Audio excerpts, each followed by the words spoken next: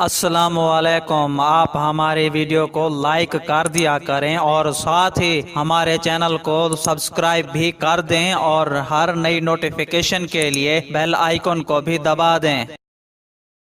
Europe کی جانب سے ترکی پر شام سے فوجیں واپس بلانے کے دباؤ پر ترک صدر نے یورپ میں انسانوں کا سیلاب داخل کرنے کا عندیہ دے دیا ہے۔ ترک صدر رجب طیب اردگان نے کہا ہے کہ اگر یورپ نے ترکی کی شام میں کارروائی کو حملہ قرار دیا تو 36 لاکھ پناہ گزینوں کے لیے یورپ کی سرحد کھول دوں گا۔ خیال رہے کہ گزشتہ روز ترکی نے شام میں اپنی فوج داخل کر دی اور ترکی فضائیہ نے بھی شام کی سرحد کے اندر کارروائی کی، جس کے بعد امریکہ اور یورپ ترکی کو تنقید کا نشانہ بنایا۔ یورپ نے ترکی پر زور دیا کہ ترکی شام سے اپنی فوجیں واپس بلائے، جس پر آج ترک صدر نے کہا کہ اگر ان کے فیصلے کو حملہ قرار دیا گیا تو وہ اپنے دروازے کھول دیں گے اور یہاں موجود 36 لاکھ پناہ گزینوں کا سیلاب یورپ میں آ جائے گا۔ خیال رہے کہ مشرق وسطی میں جاری کشیدگی کی وجہ سے بالخصوص ترک شہری بڑی تعداد میں اپنے ملک سے کسی محفوظ مقام تک نقل مکانی کر چکے ہیں، تاہم ان ممالک سے سب سے زیادہ تارکین وطن نے پناہ لینے کے لیے ترکی کا رخ کیا، جہاں